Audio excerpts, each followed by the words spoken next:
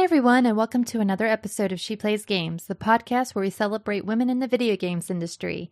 I'm your host, Lauren, and I've been working as a journalist and content creator in the games industry for the last 10 years. On my show, I have a chat with women of many different roles within the games industry, whether it's journalism, games development, or even streaming. My goal is to give visibility to the many women in video games with hopes to inspire a new generation of women in gaming. For today's announcements, I just wanted to let you all know that we're hosting a little get-together on the She Plays Games Discord server this Sunday, the 22nd of November at 2 p.m. GMT. We're going to be playing Phasmophobia, as I haven't actually tried it yet, and there's absolutely no pressure for you to play. You can just come and hang out with us and have a good time. Also, from then on, the She Plays Games coffee chats will be moving to every other Sunday at 2 p.m. GMT. Hope to see you all there. Also, I just wanted to give a quick shout out to the BAFTA Breakthrough participants that have just been announced. There are quite a few women in games featured on this list, including Mary Kenny, who is an advanced writer at Insomniac Games, and we've had on the show previously. I also wanted to give a big congrats to Shella Ramanan, Catherine Unger, Claire Bromley, and Leah Schoenfelder. And of course, to all the other fantastic participants this year, congratulations. And now for today's episode, I am joined by Manda Carrington. Manda works for Codemasters as a game designer. Over the past year, she's been hard at work on Dirt 5, which has just launched on current generation and next generation platforms, and she's had an absolute blast. Before that, Manda worked at Nomad Games, a small indie development studio who worked on creating video game versions of popular tabletop fantasy board game franchises. Quite the change from working on off-road racing, I'm sure you'll all agree. I really hope you all enjoy Manda's story. This is episode 33 of She Plays Games.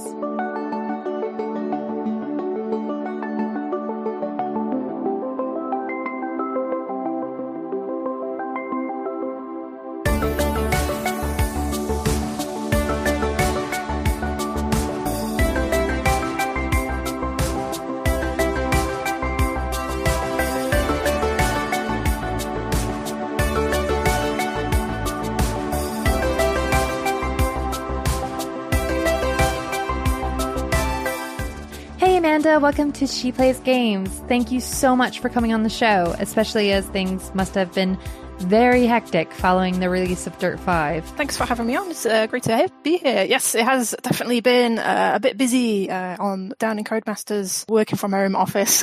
Yeah. How has it been with lockdown and all that kind of stuff? I think working in the games industry, it's very, very lucky to be able to work from home. It's a very fluid industry and it's very much set up to work from home. So I think Codemasters works with another company called Slightly Mad, and their whole company ethos is a work from home company ethos. Oh, cool. So when it was like, oh yes, we're going to go into lockdown, it was like, okay, we're going to go pick the brains of Slightly Mad and see if there's any like tips or tricks that we need to be thinking of as we're getting everybody set up working from home. So yes, it's not been too bad really. Having a good headset.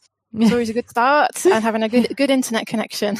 Yeah, no, the internet connection is so real. But I love that you guys have like sort of a mentor almost in how to like work from home. I mean, was that like sort of, did they give you like work from home tips as far as like keeping things together, or was it mainly like technical? It was kind of like technical, high level stuff, just making sure, and quite a lot of legal stuff as well, because Dirt 5 is in some of the newer hardware.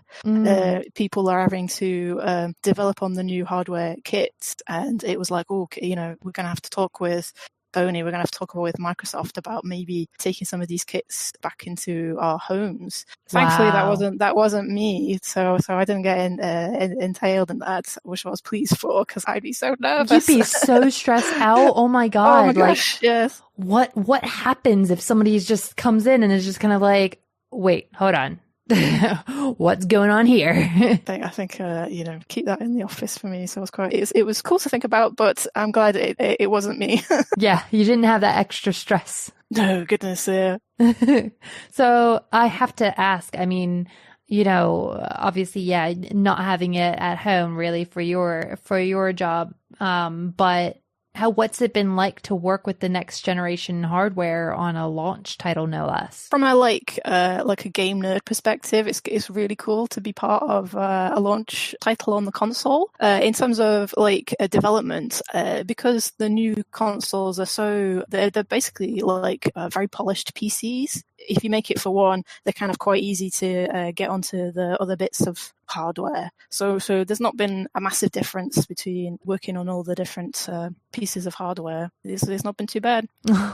That's so cool. And I mean, excuse my ignorance, but Dirt 5 will be releasing on at least 7 different platforms. I mean, does that affect much in terms about designing the different aspects of the game? So I think I was chatting with some of the producers, and they were used to designing on 3 platforms. So 7, they were just like, hand in their heads, oh my days. So from a design perspective, it's not really. I think that it was mostly just trying to keep to the rules, keep to what the rules that PlayStation expects, keep to the rules that Xbox expects, and try to reflect that in the design and try to incorporate that so that it doesn't, you don't go, stop player, we need to do this bit for the legals. You sort of need to try and sort of blend it all in. But the main thing about all the different platforms is all the different branches. So when you're building a game, you've got the main, especially remotely,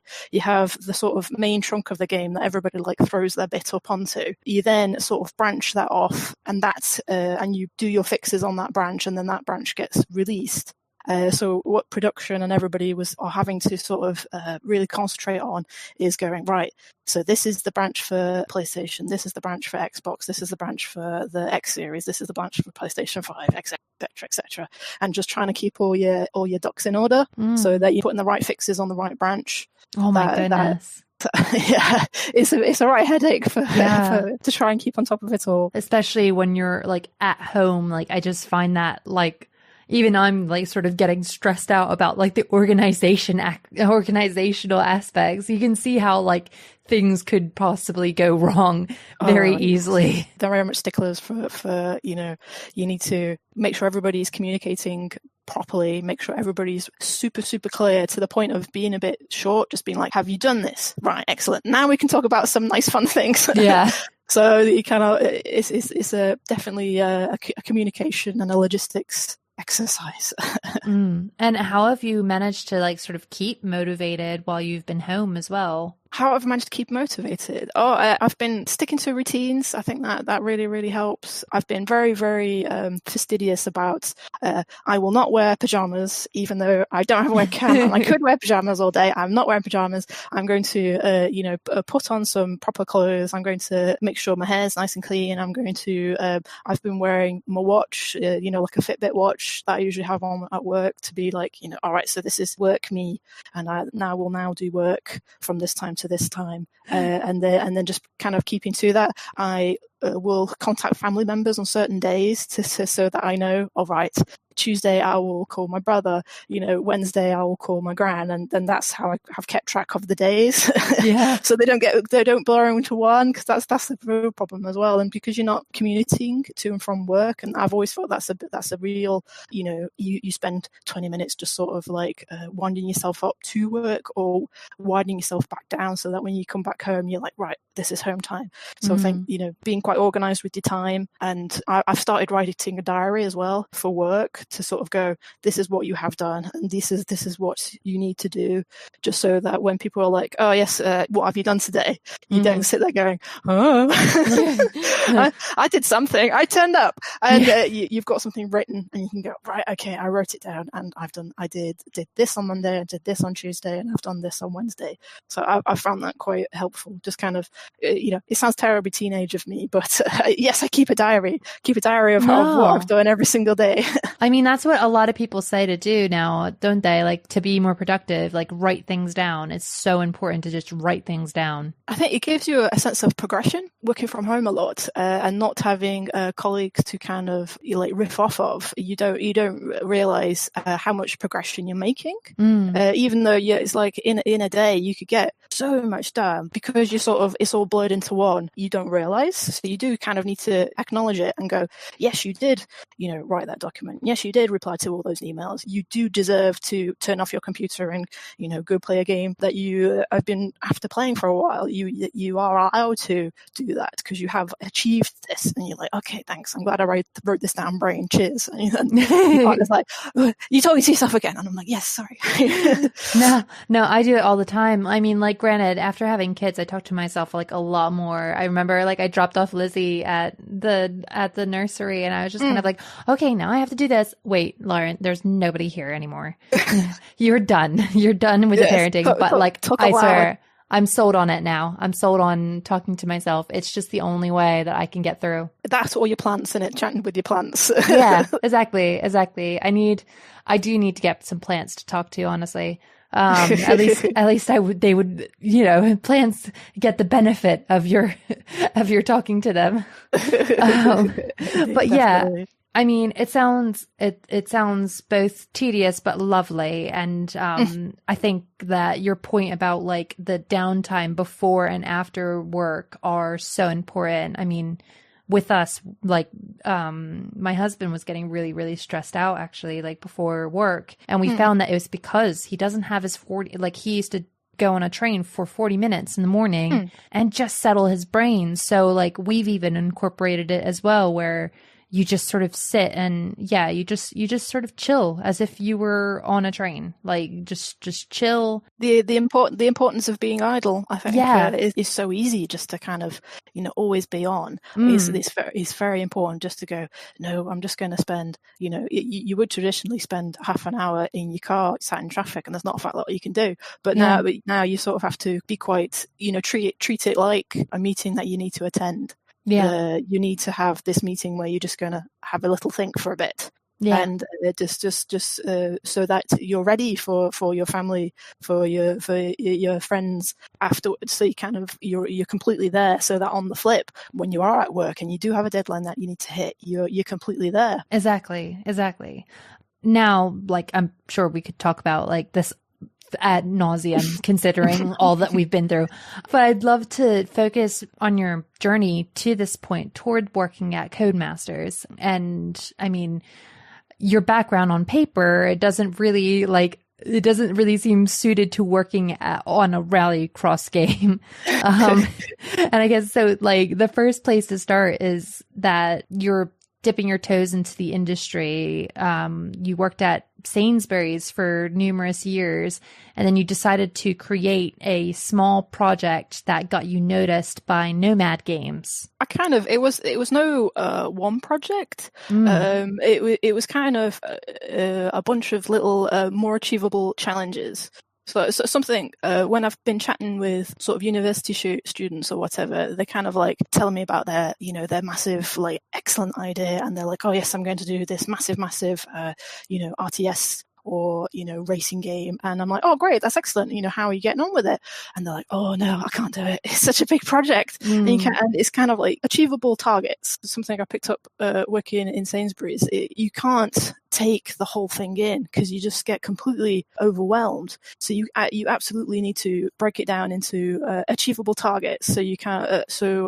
I did a lot of online challenges, online competitions, and that was kind of like, it was just a single thing you needed to make, but that single thing you needed to make to a deadline.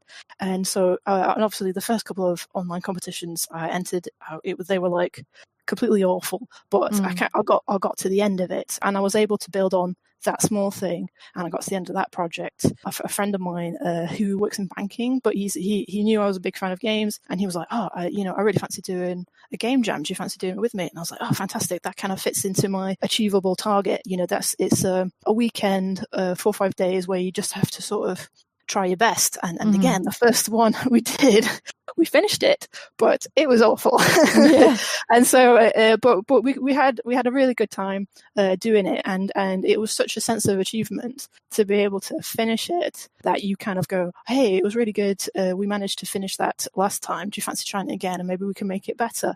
That I think is quite important. The ability to not just start a project, but to finish it as well. I think that really helped kind of get when I was chatting with Nomad Games. They were like, yeah, we could, you know a lot about cheese and ham, but and I was like, oh yeah, but I know I do all this stuff in my free time, and it kind of showed I was really passionate about it, and that even though there was quite a lot of rough edges, I could sort of get to the end of it and sort of reflect back on it and sort of see where to improve on the next project, which working in Nomad and working in Codemasters, kind of taking a big thing, breaking it down, finishing that bit and reflecting on it on how to do better next time it seems to be like the sort of mantra of game design. Everybody says it's an iterative approach, and I'm like, fantastic. Yeah. I've been doing this for ages. Yeah, no, I think that's absolutely incredible from both like a sort of on paper achievement perspective, but also like a personal confidence as well. Like, I mean, to break it down and that sort of thing. And then also like to be constantly growing from each challenge, like that is, it's such a simple concept, but it's so hard for us to do because like so many people have these huge ideas. Yeah, exactly. I think people's eyes are bigger than what they can achieve. They're like, oh Definitely. Yeah, I can totally make the next Pokemon Go, and you're like, yeah, I'm sure you could. It's like that simplicity, isn't it? It's like you look at the game and you think like that's so simple. Like, why didn't I think of that? But like the reason why it looks so simple and effortless is because so much work and like talent went into it. Indeed, definitely. But yeah. So, I mean, I've often heard, going on to, your work at Nomad, this role like blended your passions for video games and board games as well. Had it always been a long-held ambition of yours to create something in either of those two fields?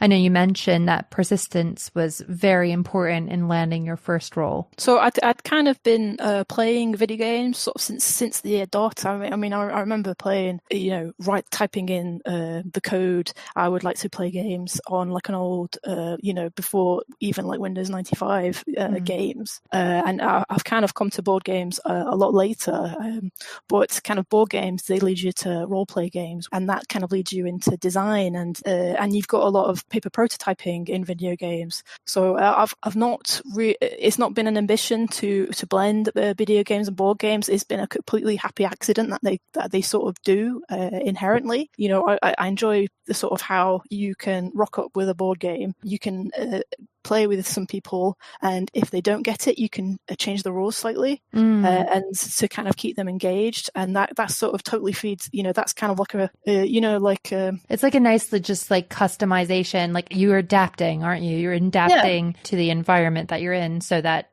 they're not bored and fed up, essentially. Yeah. You sort of, and that kind of, you can take what you've learned there from explaining these board games to people into video games, and you can sort of like paper prototype your ideas, sort of throw it at a bunch of people and sort of see what comes back. And if they're kind of like, no, this is a terrible idea, you sort of know not to put too much effort and resource into it.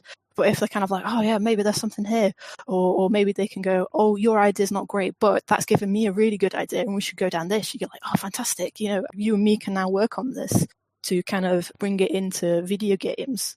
I think board games is such a good, way of getting your game design hat on without having to learn lots of complicated programming or throwing yourself into Excel and getting drowning a bunch of cells and expressions. It's quite freeing playing a board game and just sort of like, we don't like that rule. That rule is gone. Yeah, out the window. That rule, that's silly. It's like it's easier, I guess, for the what's called the learning curve isn't as much to get into the imaginative mindset a board game versus tackling like a game design and that type of thing. Like it's yeah, I can definitely see that. I mean, I too am like just sort of on the surface, on the cusp of getting into tabletop gaming, and we played we've been playing a lot of like Codenames and all sorts of things. Pandemic is a great one for that kind of thing. Yeah, that one's awesome. But like one game that we've always wanted to tackle because, well, we're really big fans of Lord of the Rings, but like War of the Ring. Have you ever heard of that one? So I have, yeah.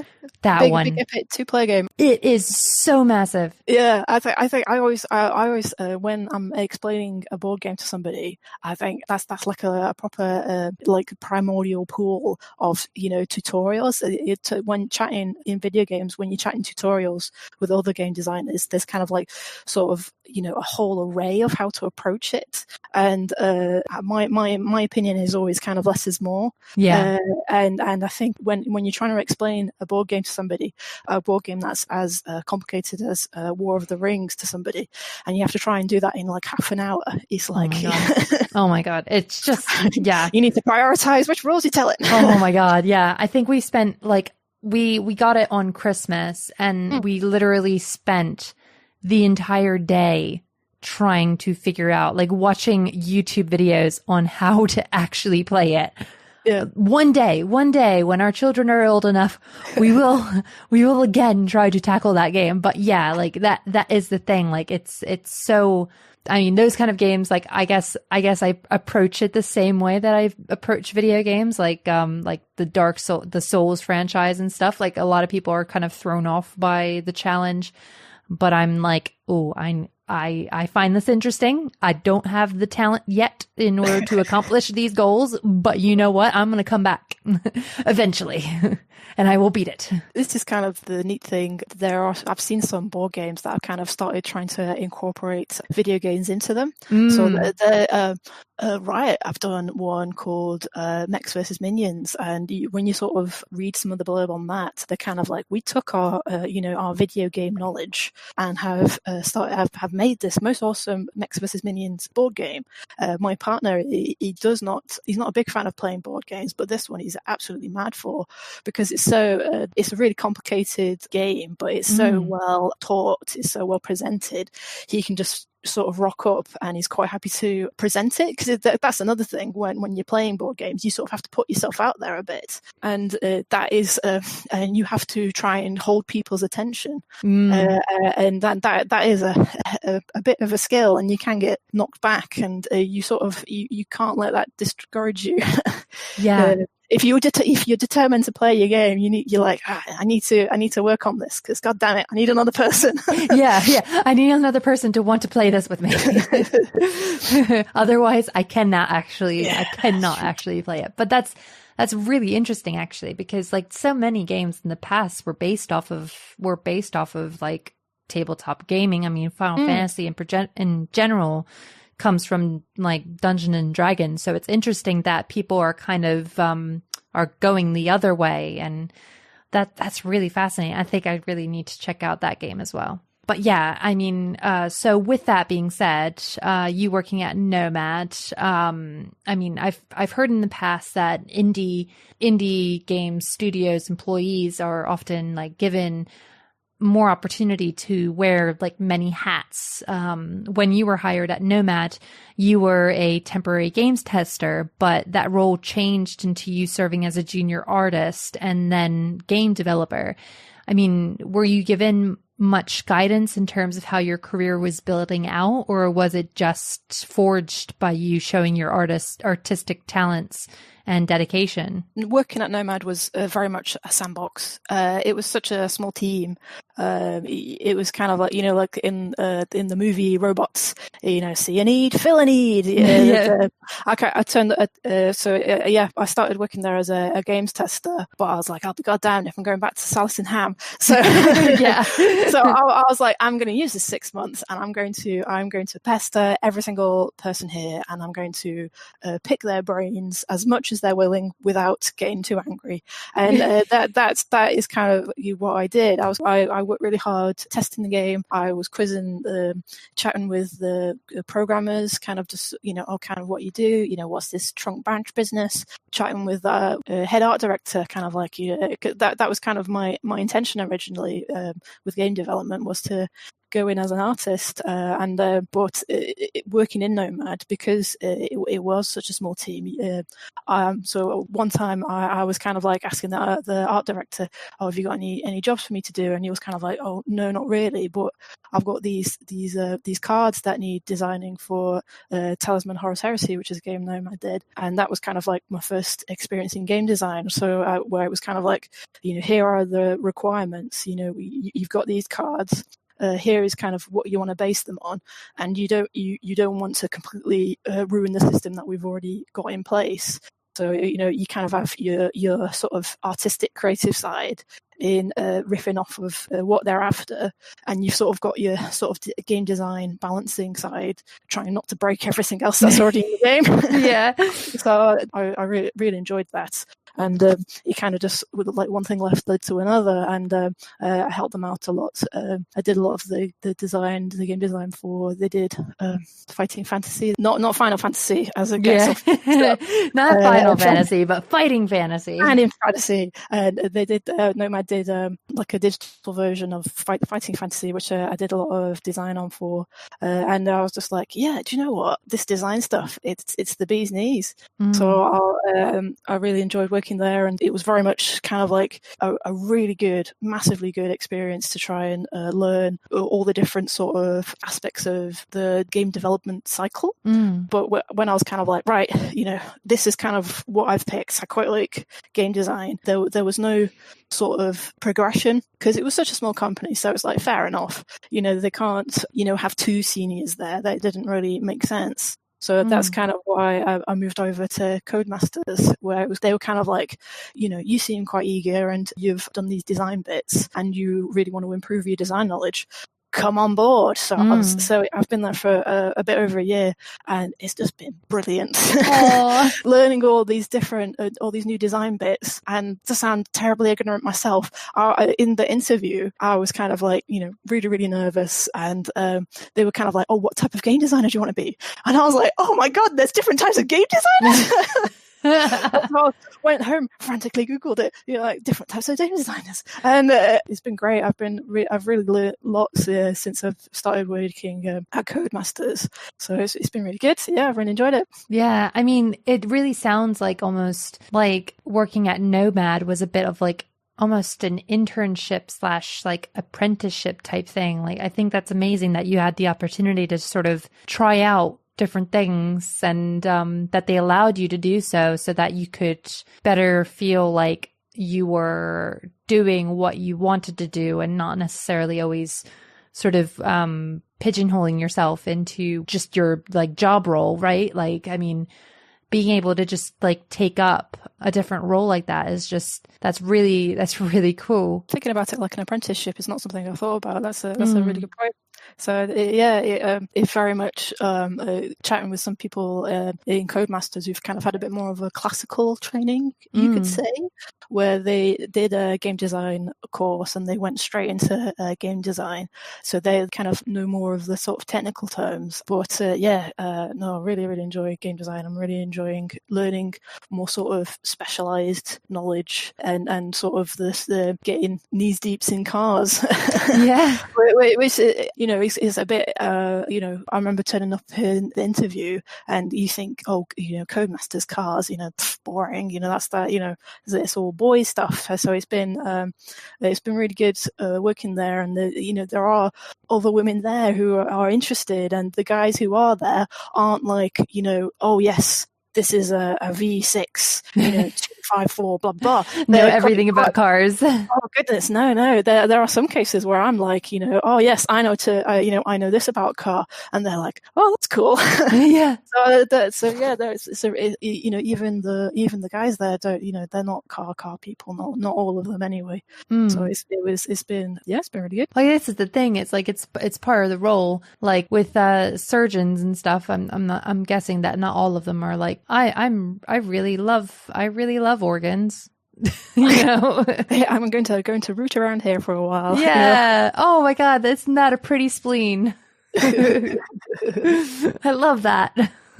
But yeah, no, that is really cool. And I mean, how did you manage the transition from working with such a close-knit small team to a much wider production environment? I mean, it must have been quite a big culture shock. Yeah, it was. I definitely had a bit of I've tricked them, a bit of an imposter feeling. Oh yeah, I know. It was quite bad. My partner was just like, yes, you did moan lots, and I'm like, don't say that. Oh. I think it's safe to say if there was a transcript of the interview, it was a bit nervous, but has promise. Oh. And the first couple of months there, it was very much like, is a bit nervous, but seems to occasionally say some interesting things. So it was a bit of a culture shock. Thankfully, I had some good designers around me. Shout out to Luca and Sai, who kind of really were like, calm down. Oh. It's fine. I don't know about cars. You have some knowledge that I don't have. We hired you because you could fill that. You can do it. You don't need to take the whole thing into account. You need to just do these little jobs, and then you can build up on those little jobs, and then you can start taking on bigger things. And sort of in the first couple of months, funnily enough, since being in lockdown, I think working from home has been quite interesting. You can sort of, I've felt a bit more relaxed and kind of really feel I've kind of relaxed into the role a bit, kind of touch wood. Yeah. and kind of taking on those bigger tasks aren't quite as daunting as kind of me a year ago would have thought. So hopefully long may it last. Yeah. Before they figure out I have actually tricked them. Oh no, but I think that is a thing. I think you always sort of have the buyer's regret when you enter like really big stages of your life where you've changed job, you've moved house, you've had a kid. Like they're like the three big ones, aren't they? Where it's just like this will change your life. And but yeah, I mean, I think that's the thing. I think like they hired you for a reason, and they saw your talent, and you just always sort of think about the other people who they didn't see fill that same role, and they chose you over those people, which is amazing. I'd love to see them, because that would help with the imposter syndrome, I think. Because sometimes you're kind of like, it's so easy, you just turn up and do the roles, and then you meet some people who are just kind of like, hot damn, come on. I know. All you need to do is turn up and fill in these documents. You know what? So yeah, interesting times. Yeah, but I mean, like, so you said about joining Women in Games. I'm guessing that's the big one, right? Yes, yeah. Working in Codemasters even. So although I've been there for about a year, but with the Women in Games law, the Codemasters introduced me to Women in Games, and I've just met so many other amazing women. yourself. Yeah. Congratulations on your nomination, by the way. Oh, thank you so much. And it's just been it's really built my confidence. It's really made me go, oh, there are other people out there like me who, are just sort of, big fans of video games and just kind of want the challenge that being in game development gives. So it's been really cool. I've enjoyed chatting with other women who kind of have similar backgrounds, similar interests, similar. When you start talking Final Fantasy, they don't just sort of glaze over. They're like, oh yeah, no, I love Final Fantasy. That's great. Yeah, no, like I think it will be really cool when we actually can like meet in person again, and we can actually go to like a full-on conference again. Along to the digital one they did this year, and it was It was really good. Yeah. I've in terms of online expos, I have cited that as this is a very good example. This is a way you should do it. Yeah, I mean, it was basically like a convention without all the walking and the Totally. conflu. Like I was very impressed with the fact that my feet didn't hurt and I wasn't having cold symptoms afterwards. Definitely. But yeah, I mean, like I thought like they did it really well. And I mean, I did get to meet like quite a few people from it. And I didn't feel as scared as I normally am. I mean, I did still have to gear myself up and be like, okay, Lauren, you're gonna network, you're gonna meet new people. All right. Cause I am quite like, I'm kind of like an extro introvert. So like, yeah, totally. It takes me a bit to like get myself in there. But yeah, as far as that goes, like I felt more confident doing stuff, I think. But no. Yeah, I just wanted to touch on that a little bit because I do really enjoy what they're doing. And I mean, it is just a fantastic opportunity for you to, as you said, meet people who actually know what you're talking about. Yeah, and you can get ideas off of them. I think that is a massive thing for like, especially for game design. It's just kind of like ideas on how to approach a problem. You're kind of like, oh, I'm a bit stuck on this idea. Maybe I'll have a chat with these people, or I'll have a chat with these people. The variety really, really super helps when you're trying to problem solve an idea. Definitely, and I mean, one of the major differences between like getting back to the studios between like AAA studios and indie studios seems to be the amount of voice employees have in their aspects of game development, often due to sheer like scale. If you're an artist, for example, you basically like stick to art. If you're in QA, you stick to QA. As you're positioned as a game designer, does that make you quite varied, or are you still quite sort of specialized in what you're asked to do? So the game design role I've taken up is still quite varied, thankfully. There is a speciality in game design. So you can be like a systems designer or a track designer. And I've kind of enjoyed the ability to sort of kind of start in the morning and sort of help talk to the handling designers and sort of give some feedback on that. I've enjoyed come lunchtime, I can be sort of helping balance the systems of the game.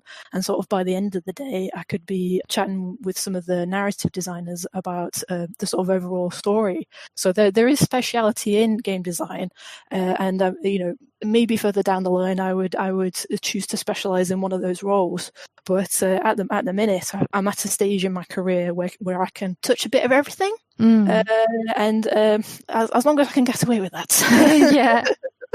I suspect that is what I'm going to do. I've always been a bit of a jack of all trades, and design kind of feeds into that. I can sort of approach problems, program problems from a slightly different perspective, but I've got enough knowledge of programming that when I sort of try and talk to them, I can sort of bridge it a bit, because it's kind of interesting sometimes when you sort of get like programmers talking with artists. Sometimes they're kind of like speaking in completely different languages. Yeah. But if you can kind of understand a bit of the art and you can understand a bit of the programmers, you can sort of translate and you can kind of help, because everybody wants to make the best game that's possible.